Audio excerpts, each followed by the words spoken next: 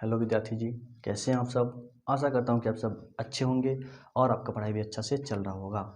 तो आज की वीडियो में हम लोग पढ़ने वाले हैं कक्षा 9th के लिए रसायन विज्ञान यानी केमिस्ट्री का चैप्टर नंबर 1 जो हम लोग पढ़ रहे थे उसी को हम लोग आगे बढ़ाएंगे। तो चलिए, हम लोग पीछे बहुत सारे टॉपिक को कंप्लीट कर लिए हैं। ठोस, द्रव और गैस के गुणों के बारे में पढ़ लिए हैं। आज की वीडियो में हम लोग पढ़ेंगे थोड़ा सा कुछ छोटे छोटे टॉपिक है उसके परिभाषा के बारे में और उसको समझेंगे क्या होता है। उसके बाद हम लोग आगे बढ़ेंगे। तो सबसे पहले तो आपको ये पता होना चाहिए कि हम कौन से बुक से पढ़ाते हैं। तो देखिए, हम पढ़ाते हैं आलोक प्रकाशन का जो बुक है इसी से हम पढ़ाते हैं। यदि आपके पास आलोक प्रकाशन का बुक है तो बहुत अच्छा है, यदि नहीं है तो आप किसी भी बुक से पढ़ सकते हैं। आप भारती भवन का ले लीजिए या NCERT का ले लीजिए, सभी में सेम टॉपिक मिलेगा। बस अंतर इतना ही है, किसी में पहले मिल सकता है कोई टॉपिक, किसी में बाद में मिलेगा, लेकिन सभी टॉपिक सभी बुक में दिया रहता है। ठीक है, तो टेंशन लेने की कोई बात नहीं है। आप किसी भी बुक से पढ़िए, बस आपका जो कंसेप्ट है क्लियर होना चाहिए, जो टॉपिक है वो आपको समझ में आना चाहिए। ठीक है, तो हम किस बुक से पढ़ाते हैं तो आपको पता चल गया कि आलोक की बुक से हम पढ़ाते हैं। तो चलिए हम लोग पढ़ते हैं। इसमें आज हम लोग छोटे छोटे 4-5 टॉपिक है उस पर थोड़ा सा चर्चा कर लेते हैं। उसके बाद हम लोग आगे बढ़ेंगे कि ठोस के रूप में कैसे परिवर्तित किया जा सकता है। यानी ठोस है जो पदार्थ है, पदार्थ उसको हम लोग कैसे कैसे परिवर्तन कर सकते हैं, कितने तरीका से परिवर्तन कर सकते हैं। तो आगे हम लोग पढ़ेंगे। पहले 2-3 टॉपिक है उसको पढ़ लेते हैं। पहला टॉपिक क्या है, गलनांक या द्रवणांक किसे कहते हैं। ठीक है, आप अपने बुक में देखे होंगे कि गलनांक क्या है या द्रवणांक क्या है, आपको मिला होगा बहुत जगह पे। तो देखिए, सबसे पहले आप जानिए ये गलनांक क्या आता है, क्या होता है, और द्रवणांक क्या होता है। गलनांक नाम से ही पता चल रहा है, यानी गल रहा होगा, कोई वस्तु गल रहा होगा।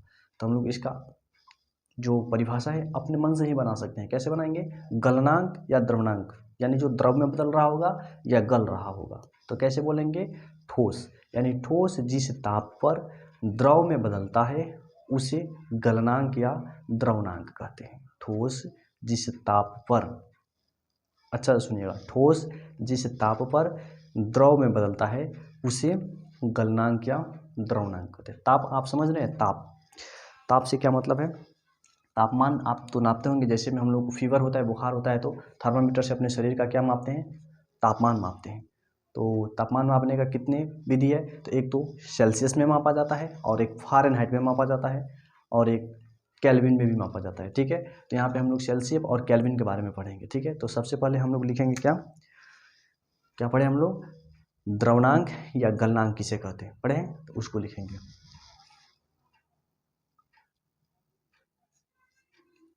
आप लिखेंगे गलनांक किसे कहते हैं, आप नोट कीजिएगा अपने कॉपी में, गलनांक किसे कहते हैं या द्रवणांक किसे कहते हैं। ठीक है, उसके बाद हम लोग आंसर लिखेंगे, ठोस जिस ताप पर द्रव में बदलता है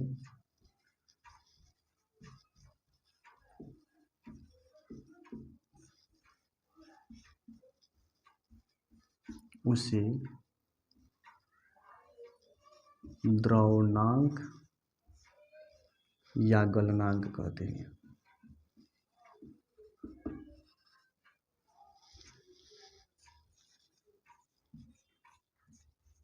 बस कितना सिंपल सा परिभाषा है, आपको एक लाइन में याद आ जाएगा। यदि आप 2 बार पढ़ लेते हैं, इसको अच्छा से समझ लेते हैं कि गलनांक क्या है, द्रवणांक क्या है, तो आप आसानी से कहीं भी आपसे एग्जाम में पूछा जाएगा आप बता देंगे। कैसे बताएंगे, तो कहेंगे ठोस जिस ताप पर द्रव में बदलता है उसे गलनांक या द्रवणांक कहते हैं। ठीक है, जैसे आपसे पूछा जाए बर्फ़ का गलनांक क्या है, यानी बर्फ़ कितने डिग्री पर तापमान पर गलने लगता है, तो आप बताएंगे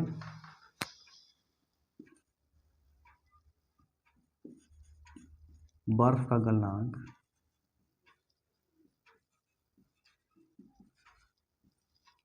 0 डिग्री सेल्सियस होता है, या इसको केल्विन में बदलिएगा तो 273 केल्विन होगा। ठीक है, केल्विन में डिग्री नहीं रहता है। बर्फ़ कितने डिग्री पर गलता है, यानी आपसे पूछा जाए बर्फ़ का गलनांक क्या है, तो आप कहेंगे 0 डिग्री सेल्सियस या 273 केल्विन। ठीक है, आप कहेंगे केल्विन और सेल्सियस में क्या अंतर है, देखिए दोनों में कोई अंतर नहीं है। यदि सेल्सियस में दिया रहेगा तो आप केल्विन में भी बदल सकते हैं। दोनों तापमान मापने की इकाई है, दोनों क्या है, ताप मापने की इकाई है। या आप सेल्सियस में माप सकते हैं या केल्विन में माप सकते हैं। उसी तरह से लोहा का, लोहा का गलनांक या इसको द्रवणांक भी कह सकते हैं। यानी कितने डिग्री तापमान पर लोहा जो है वो क्या हो जाएगा, द्रव में बदल जाएगा, यानी द्रव अवस्था में आ जाएगा। तो आप कहेंगे 1535 डिग्री सेल्सियस, 1535 डिग्री सेल्सियस। इसको केल्विन में बदलना होगा तो क्या होगा, केल्विन में बदलने का एक फॉर्मूला होता है, केल्विन बराबर होता है सेल्सियस प्लस 273। इसको आप याद रखेंगे। तो आपको यदि केल्विन में दिया होगा तो सेल्सियस में बदल सकते हैं, यदि सेल्सियस में दिया होगा तो उसको केल्विन में बदल सकते हैं। ठीक है, तो देखिए ये सेल्सियस में इसको केल्विन में बदलेंगे तो क्या हो जाएगा, केल्विन बराबर हो जाता है सेल्सियस प्लस 273। ठीक है, क्या हो जाएगा 273। अब इसको ऐड करेंगे, के बराबर सी पता है कितना है 1535 प्लस में हो जाएगा यहाँ पे 273। अब ऐड कीजिए इसको, 5 3 8 हो जाएगा, 7 3 10 का 0, 5 2 7 1 8 और 1 1808 केल्विन हो जाएगा। यदि इसको केल्विन में बोला होगा तो क्या बोलेंगे 1808 केल्विन। ठीक है, तो आप ये भी सीख चुके हैं कि यदि सेल्सियस में दिया होगा तो केल्विन में कैसे बदलेंगे, या केल्विन में दिया होगा तो उसको सेल्सियस में कैसे बदलेंगे। सेल्सियस में बदलने के लिए क्या करेंगे, इसको केल्विन में से घटा लेंगे। यदि सेल्सियस में बदलना होगा तो क्या करेंगे, केल्विन माइनस 273 कर देंगे तो हम लोग को उत्तर मिल जाएगा। ठीक है, चलिए आप लोग, अब हम लोग अगला पढ़ेंगे कि क्वथनांक क्या होता है। क्वथनांक ये क्या होता है क्वथनांक। ठीक है, तो इसका उत्तर हो जाएगा द्रव जिस ताप पर, यहाँ पे हम लोग पढ़े हैं ठोस जिस ताप पर किस में बदलता है, द्रव में बदल जाता है, उसे गलनांक या द्रवणांक कहते हैं। अब हम लोग को पढ़ना है क्वथनांक। क्वथनांक क्या है,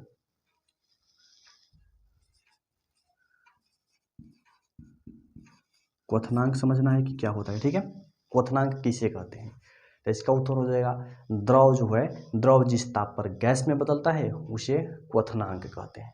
यानी द्रव जो है, जल, तेल, यानी जितने भी द्रव है, जिस ताप पर द्रव गैस में बदलने लगते हैं उसे हम लोग क्वथनांक कहते हैं। अच्छा से आपको समझ में आ गया होगा। क्या कहेंगे, द्रव जिस ताप पर गैस में बदलता है उसे हम लोग क्वथनांक कहते हैं। तो इसका उत्तर कैसे लिखेगा,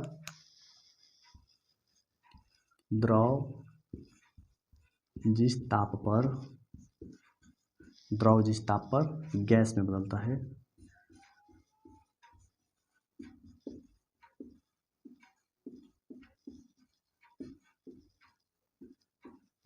उसे क्वथनांक कहते हैं। ठीक है, जैसे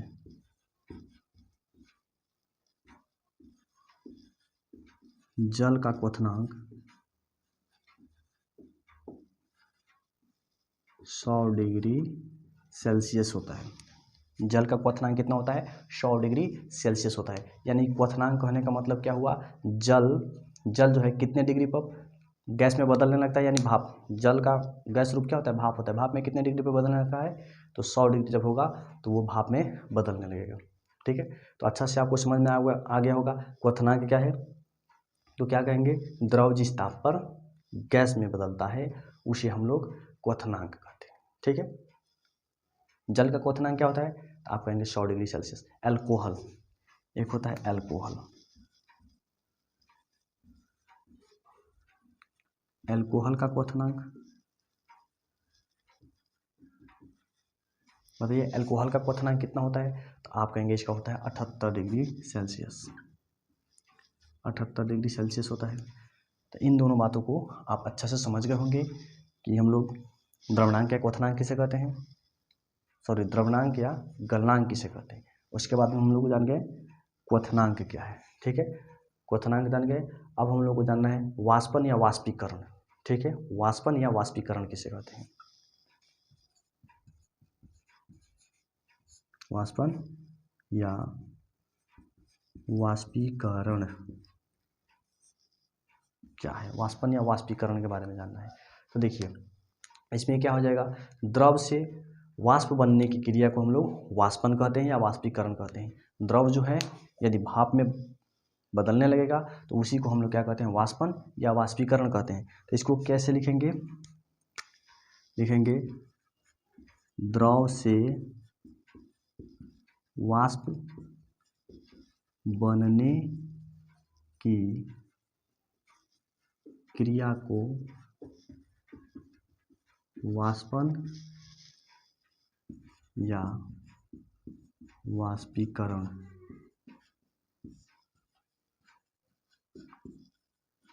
कहते हैं। द्रव जो है जब वाष्प में परिवर्तन होने लगता है, भाप में परिवर्तन होने लगता है, तो उसी की क्रिया को हम लोग क्या कहते हैं, वाष्पन या वाष्पीकरण कहते हैं। तो ये भी आपको अच्छे से क्लियर हो गया होगा। द्रव जब वाष्प में बदलने लगता है तो इस क्रिया को हम लोग क्या कहते हैं, वाष्पन या वाष्पीकरण कहते हैं। अब एक और आपको इसमें टॉपिक मिलेगा कि संघनन क्या होता है या द्रवीकरण क्या होता है। संघनन या द्रवीकरण बहुत बार आप प्रश्न में पढ़े होंगे।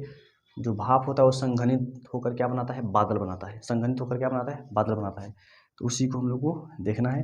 तो यहाँ पे हम लोग देखेंगे संघनन, ठीक है, संघनन या इसको बोलते हैं द्रवीकरण। द्रवीकरण नाम से देखिए, द्रवीकरण यानी द्रव में बदल रहा होगा। द्रव में कौन बदल रहा होगा, तो भाप। भाप जो है वो द्रव में बदल रहा होगा। तो इसका परिभाषा कैसे बनाइएगा, तो इसका परिभाषा बनाने के लिए आप कहेंगे वाष्प को ठंडा होकर द्रव बनने की क्रिया को संघनन कहते हैं। जो वाष्प होता है यानी यहाँ पे वाष्प जो बना है वो जब ठंडा होकर द्रव बनेगा, फिर से द्रव के रूप में आ जाएगा, तो उसे हम लोग कहते हैं संघनन। जो भाप होता है, धरती पर से सूर्य की किरण पड़ती है, समुद्र में, नदी में, तालाब में, तो क्या होता है, पानी गर्म होकर भाप बनता है। भाप बनकर ऊपर धीरे धीरे धीरे धीरे उठते जाता है। और हम लोग तो जानते हैं जैसे जैसे ऊपर जाते हैं तापमान क्या होता है, घटते जाता है।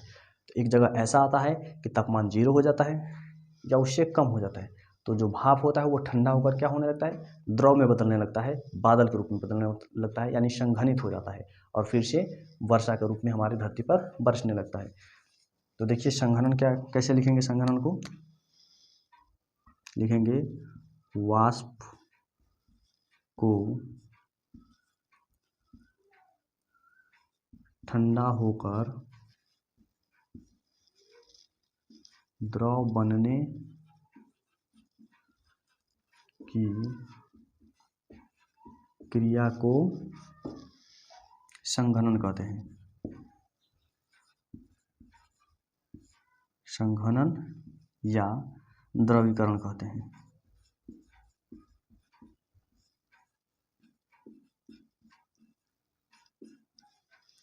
इतना टॉपिक आप अच्छा से समझ गए होंगे क्या। तो सबसे पहले हम लोग पढ़े हैं क्या, द्रवनांक या गलनांक।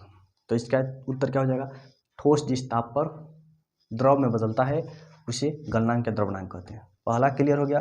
उसके बाद में देखिए थोड़ा सा एग्जांपल देखें। बर्फ का गलनांक कितना होता है, 0 डिग्री होता है, यानी बर्फ जो होता है 0 डिग्री पर गलने लगता है। या उसको यदि केल्विन में बदले तो कितना हो जाएगा, 273 डिग्री, 273 केल्विन हो जाएगा। उसी तरह से लोहा जो होता है कितने डिग्री तापमान पर उसको कितना डिग्री तापमान मिलेगा ताकि वो द्रव के रूप में हो जाएगा, बहने लगेगा, तो उसको गर्म करना पड़ेगा कितना, 1535 डिग्री सेल्सियस पे यदि गर्म करेंगे तो लोहा जो है वो द्रव के रूप में हो जाएगा और बहने लगेगा। यदि जो सेल्सियस दिया है उसको केल्विन में बदलना हो तो कैसे बदलेंगे, ये फॉर्मूला होता है केल्विन बराबर सेल्सियस प्लस 273 डिग्री। यहाँ पे बदल के भी आपको दिखाया गया है। आगे भी आपको बहुत मिलेगा, तापमान मिलेगा, उसको हमको केल्विन में बदलना होगा, केल्विन में मिलेगा तो उसको सेल्सियस में बदलना पड़ेगा, ठीक है। आगे बहुत सारे प्रश्न आपको बुक में मिलेंगे और हम बनवाएंगे भी उसको, ठीक है। उसके बाद हम लोग पढ़ें क्वथनांक क्या है होता है। क्वथनांक, क्वथनांक किसे कहते हैं, तो इसका उत्तर हो जाएगा द्रव जिस ताप पर गैस में बदलता है। द्रव जो है, द्रव यानी जल या कोई भी द्रव जब वो गैस में बदलने लगता है तो उस क्रिया को हम लोग क्या कहते हैं, क्वथनांक कहते हैं। जैसे जल का क्वथनांक कितना होता है, जल कितने डिग्री पर, यानी इसका अर्थ हुआ जल कितने डिग्री पर भाप में बदलने लगता है, वाष्प में बदलने लगता है या गैस में बदलने लगता है, जो भी कहिए, तो हम कहेंगे 100 डिग्री सेल्सियस पे गैस में बदलने लगता है। या मोम, मोम कितने डिग्री पर गैस में बदलने लगता है। मोम कहने का अर्थ हुआ जो मोमबत्ती आप देखे हैं उसमें मोम रहता है, तो कितने डिग्री पर बदलने लगता है, तो आप कहेंगे, सॉरी यहाँ पे अल्कोहल है, अल्कोहल कितने डिग्री पर बदलने लगता है, तो 78 डिग्री सेल्सियस पे बदलने लगता है, ठीक है। इतना क्लियर हो गया। उसके बाद हम लोग अगला टॉपिक पढ़े हैं वाष्पन या वाष्पीकरण क्या है। तो द्रव से वाष्प बनने की क्रिया, यानी द्रव जो है जल जो है जब वाष्प में परिवर्तन होने लगेगा, जब भाप बनने लगेगा द्रव से, तो उसी क्रिया को हम लोग क्या कहते हैं, वाष्पन या वाष्पीकरण कहते हैं। उसके बाद अगला टॉपिक आता है क्या, संघनन किसे कहते हैं या द्रवीकरण किसे कहते हैं। तो उसका उत्तर कैसे देंगे, जो वाष्प है, वाष्प को ठंडा होकर द्रव बनने की क्रिया को हम लोग क्या कहते हैं, वाष्पन या संघनन या द्रवीकरण कहते हैं, संघनन या द्रवीकरण कहते हैं। ठीक है, यहाँ तक आपको क्लियर हो गया होगा। ठीक है, तो चलिए हम लोग अब आगे बढ़ेंगे अगला टॉपिक को, तब तक के लिए इसको नोट कर लीजिए अपनी कॉपी में, उसके बाद हम लोग आगे बढ़ते हैं।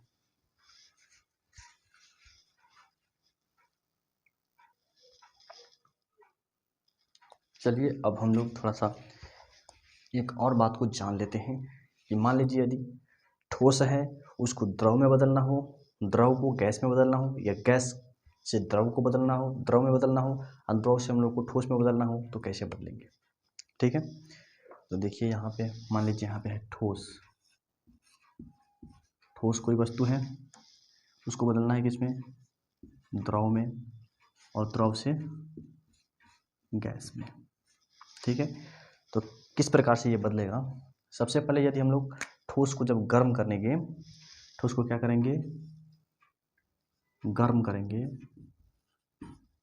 ठोस को जब गर्म किया जाता है तो किस में बदलता है, द्रव में बदल जाता है। ठोस को जब हम लोग क्या करेंगे, गर्म करेंगे, तो वो क्या हो जाएगा, द्रव में बदलने लगेगा। जैसे लोहा है, लोहा को गर्म कीजिएगा, गर्म करते करते करते करते एक समय ऐसा आएगा कि वो द्रव में बदल जाएगा। फिर उस द्रव को फिर अधिक गर्म कीजिएगा, फिर गर्म कीजिएगा और गर्म कीजिएगा, तो क्या हो जाएगा, वो गैस में बदल जाएगा। तो किसी भी पदार्थ की अवस्था को हम लोग कैसे बदल सकते हैं, ठोस में दिया होगा, द्रव में बदलना होगा तो क्या करेंगे, गर्म करेंगे, उसको गर्म करेंगे तो वो किस में बदल जाएगा, द्रव में बदल जाएगा। फिर जो द्रव है उसको गैस में बदलना होगा तो क्या करेंगे, गर्म करेंगे और फिर वो गैस में बदल जाएगा। जब गैस में बदल गया तो उसको ठोस में बदलने के लिए क्या करेंगे, सबसे पहले तो इसको ठंडा करेंगे। जब इसको ठंडा करेंगे तो ये बन जाएगा द्रव।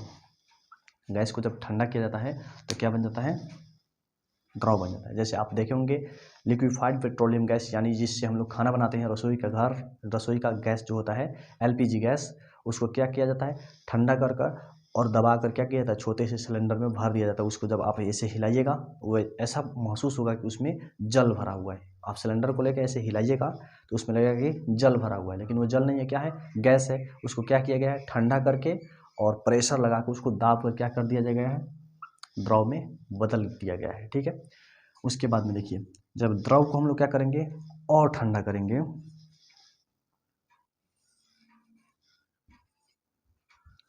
द्रव को जब हम लोग और ठंडा करेंगे तो ये क्या हो जाएगा, ठोस में बदल जाएगा। इसका आप एक एग्जांपल देख सकते हैं, जैसे में जल होता है, जल को हम लोग को ठोस में बदलना होता है यानी बर्फ में, तो क्या करते हैं हम लोग, उसको फ्रिज में रखकर ठंडा करते हैं। जब उसको अत्यधिक ठंडा कर दिया जाता है तो क्या होता है, वो बर्फ के रूप में यानी ठोस के रूप में जम जाता है। तो कैसे बताएंगे, यदि ठोस को हम लोग गर्म करें तो क्या बनेगा, तो कहेंगे द्रव बनेगा। यदि द्रव को हम लोग गर्म करें तो क्या बनेगा, तो गैस बनेगा। गैस को गर्म करें तो कुछ नहीं बनेगा, गर्म ही नहीं होगा। ठीक है, चलिए आगे, ये गैस को जब हम लोग ठंडा करेंगे तो क्या होगा, गैस को जब ठंडा करेंगे हम लोग तो क्या हो जाएगा, द्रव में बदल जाएगा। यदि आपसे कभी पूछा जाए प्रश्न में, गैस को हम लोग ठंडा करें तो क्या बनेगा, तो कहेंगे द्रव बनेगा। ठीक है, द्रव को ठंडा करने पर क्या बनेगा, तो वो बनेगा ठोस बनेगा। यहाँ तक आपको क्लियर हो गया, तो इसको अपनी कॉपी में नोट कर लीजिए। अब हम लोग देखेंगे अगला टॉपिक क्या है, अगला टॉपिक है पदार्थ की अवस्था में परिवर्तन कितनी विधि से की जा सकती है, पदार्थ की अवस्था में परिवर्तन कितनी विधि से की जा सकती है। तो इसको नोट कीजिए, उसके बाद हम लोग देखते हैं अगले टॉपिक को।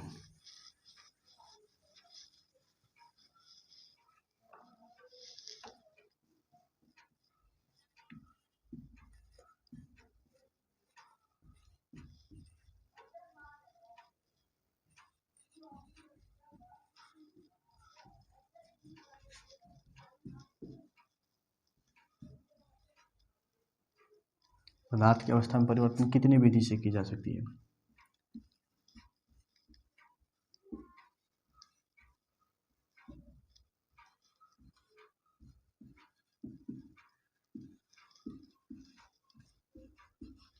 तो इसका उत्तर हो जाएगा, पदार्थ की अवस्था में परिवर्तन दो विधि से की जा सकती है।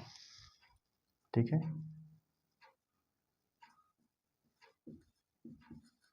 पदार्थ की अवस्था में परिवर्तन दो विधि से की जा सकती है।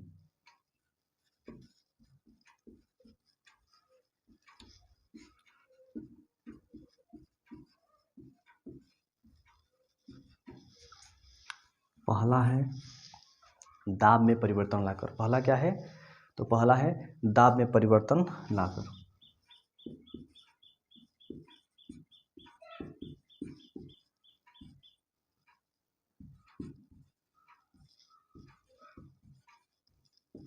और दूसरा है ताप में परिवर्तन लाकर।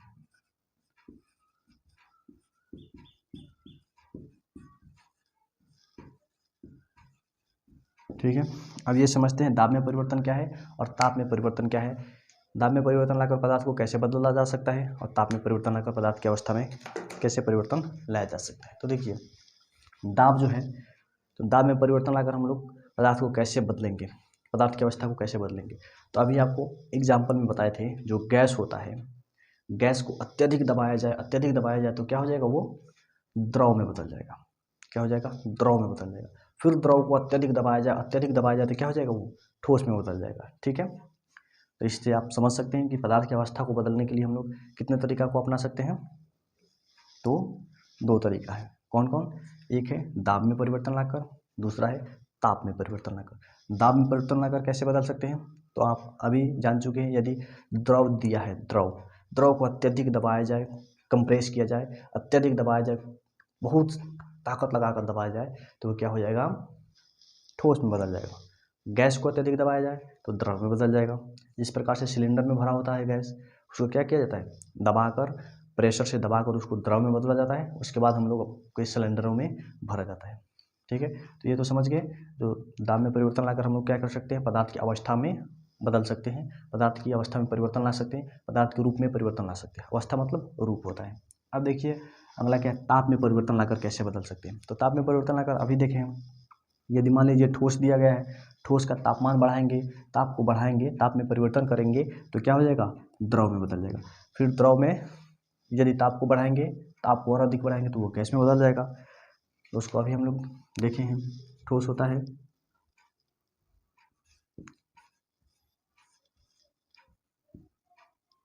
ताप बढ़ाने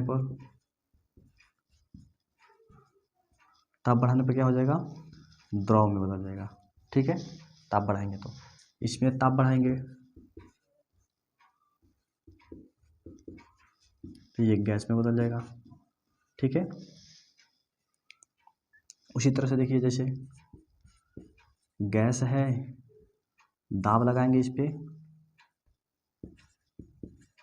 तो ये द्रव में बदल जाएगा। इस पे और दाब लगाइएगा तो ये हो जाएगा, ठोस में बदल जाएगा, ठोस में बदल जाएगा। तो आशा करता हूँ कि आप अच्छा से इतना समझ गए होंगे। मिलते हैं अगले वीडियो में अगले टॉपिक के साथ। तब तक के लिए जय हिंद।